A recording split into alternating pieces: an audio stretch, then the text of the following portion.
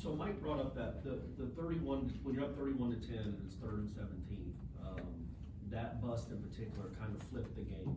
And he said, I think he said all 10 did it right, one guy got the wrong read. Were you, I guess, how concerned are you about the communication breakdowns that Coach Corbell was talking about? And I guess, how do you go about fixing them with a big game coming up this week? Yeah, I was concerned on that play for sure. Yeah.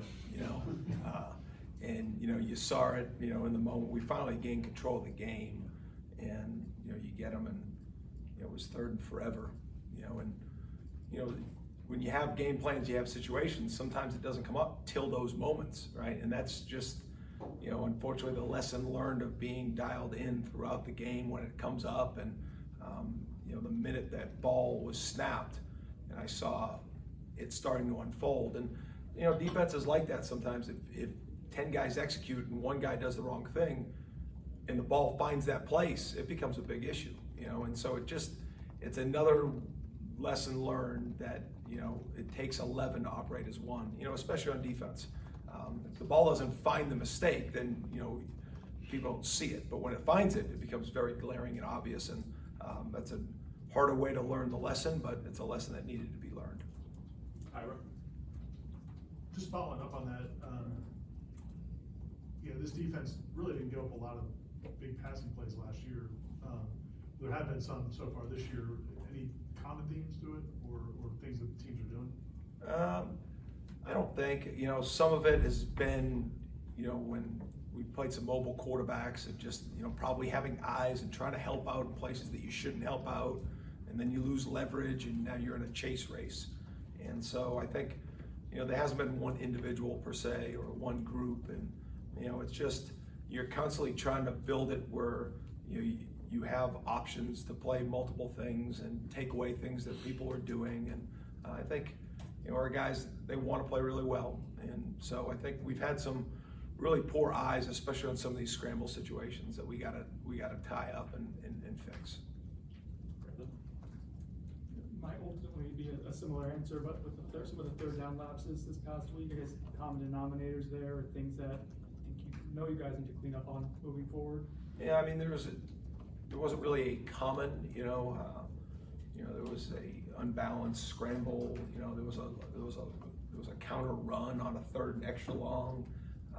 There was a couple quarterback draws in there that we just, you know, so it's just tying it all together. And you know, the ball found the mistakes, you know, and that's something that, you know, you continue to harp to your group and you continue to harp to the individuals of, you know, mistakes need to be addressed and cleaned up, and we did it, and so now we got to go play better. On the rewatch, Omar Graham kind of stood out in that game. What were your assessment of him and just the linebacker group overall in that game? You know, we got to keep getting Omar in there a little bit more. He's now fully healthy and he's moving better, and I've got good confidence in Omar. And so, you know, when we have called his number, for the most part, he's gone in there and executed well. You know, we got to help him and put him in probably more positions and get him involved even a little bit more. But I feel really good about Omar. You know, I think he fits in with those other 3, and you know, we got to continue to give him those opportunities. Stay on the left side here. The first team defense didn't play many snaps against Southern Miss. I think Boston College ran 73 plays on Saturday. How did you feel the defense held up physically, fatigue-wise, just the much longer game? I mean, there were some, you know, we had, you know, some guys played their most reps they played this season, you know, and it wasn't something they hadn't done before in their career. But, you know, I think all those moments of whether it was a mistake or whether it was playing more reps, you know, it's all part of them taking all that information and putting it to this week, you know, and so, you know, we don't want to play a lot of plays, you know, but sometimes that happens if you don't execute on 3rd down. That's usually the message. Regardless of how our offense performs or special teams, our job is to go out there and get off the field. And a lot of times that happens on 3rd down. And we were really good the first 2 weeks, not very good last week. And that created some opportunities for them. Haslam? You guys seem to do a pretty good job in practice of mixing and matching the personnel groupings you want to run out there, but when a starter that you rely on is not able to play, obviously a new guy has to come in for him, but how does that affect everybody else around him in terms of just, Shaheem knows Akeem knows Shaheem, and, Jared knows, Braden, et cetera, things like that. Yeah, I mean, that's part of it. I mean, sometimes those things happen, Aslan, during camp and practice, because guys go down, but we are pretty intentional about trying to create those opportunities in practice. But, game time is game time, and, that comfortability, but, there's always gonna be 11 guys out there, and we gotta put the right guys in, and they've gotta be comfortable playing in their roles. And, usually if they're out there on Saturday, we've worked that grouping, or they've worked with each other throughout the week. Sometimes there are things that just pop up, and you've gotta kind of turn left on some of the things and get guys in different spots. But we do a pretty good job throughout this season in the year of working guys in multiple roles, so that when those things do happen, they're prepared. You guys have done really well stopping or slowing down traditional running games. What challenge does Clemson's running game group present? Well, they got a really good running back. I think, he's done a really good job of just breaking tackles. He's aggressive. I think he's a really good pass catcher. I know he probably hasn't had the success that he's wanted yet, but we've seen him at his best, and he's a really good player. And they got another backup back that comes in and shares carries with him as well. And I don't think the quarterback probably gets enough credit of his athleticism, and that showed up at times. Going back, obviously TCU last year used their quarterback of the run game, pretty extensively. I think if they want to use, the one that's at Clemson now, he probably has that ability to be involved with it more. Corey? This is kind of a two-parter. Actually, it is a two-parter. Firstly, Boston College's quarterback. You're going to face mobile quarterbacks, like you said. The kid you're going to face this week can run. He seemed a little different, though. You don't see many guys that can kind of move and shake and have that. I don't know. I think he kind of moved like a slot receiver that could throw it. I guess, how do you project moving forward, knowing you're probably not going to see a guy that runs like him? Was he a whole different ballgame than what you've seen? Just the way he runs, maybe even as shifty as he was, even more than Jaden? I mean, he's a shifty runner. But we've seen quarterbacks like that in the past.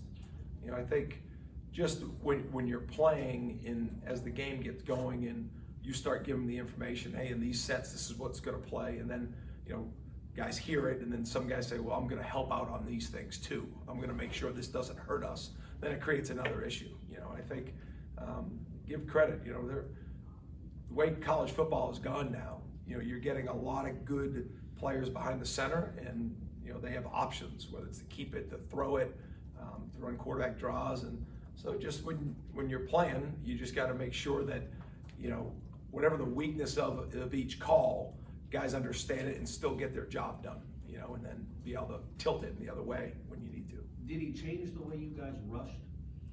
I think at times, but that happens in a lot of games.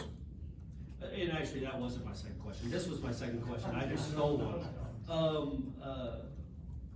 The last call, the Azaria blitz coming off the edge, is that something you would call in other third and long situations in the game? And then obviously that won the game. That essentially won the game. What was the thinking going into that? Because obviously they had converted a ton of third and longs. Yeah. So far in the well, it's a good question. We try to have a plan going into the game, and then you just adapt as you go throughout the game. And so, to answer your question, that was the first time we brought that pressure that game, and obviously it worked well. We'll go to Chris in the end here. Earlier in the game, BC did a lot of hiding formations, rushing to the line, slowing tempo, playing with tempo. How do you combat that from a defensive standpoint? That's something, we had anticipated, so, it was something we incorporated into the weeks of practice. Just you don't see teams huddle very much anymore, and, it's just, it's something, if you get used to it, it's pretty simple, but, just making sure that our guys were prepared when they broke the huddle to match up on whether it was where the wideouts lined up or the extra offensive linemen at times and whatever that had to be. So, it's definitely something that was a little bit of a change of tempo, but you think of tempo and there's various ways. Most people think of it as get on the ball, go as fast as you can. That's what we're traditionally seeing in college football. But but there are various, I mean, I've seen teams huddle with the offensive lineman and the quarterback in break. I've seen teams that just line up just the skill guys, you know, whatever it is, that team had to put 11 guys in and burst it out, and it's something we had practiced, and we just gotta be better with it. Two more, Bob? Coach, you mentioned earlier, I think poor eyes and maybe some misassignments there, but how much of that is a result of guys just need more experience on the field in those situations? How much of that is correctable through, say, film study, practice time, game experience, et cetera? You know, when you talk about eyes, it's all correctable, you know, because if you have poor eyes, it means they weren't in the right place. And so you give them the right, you know, sometimes it's just the execution, the moment of making sure that you're detailed with doing your job and put them in the right place, and then usually that key work will bring you to whatever your assignment is. Ira, for the last one.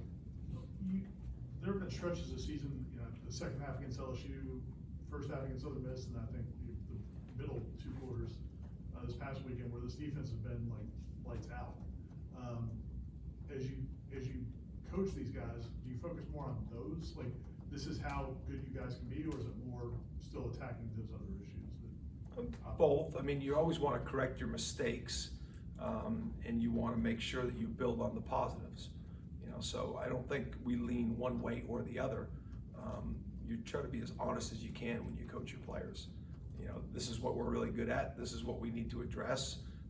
You know, and some mistakes are mistakes, and you know, there could be one-offs. If there's a problem that continues, obviously that's got to be addressed either personnel or schematically, whatever that comes to. But you know, I think the answer to your question, are both.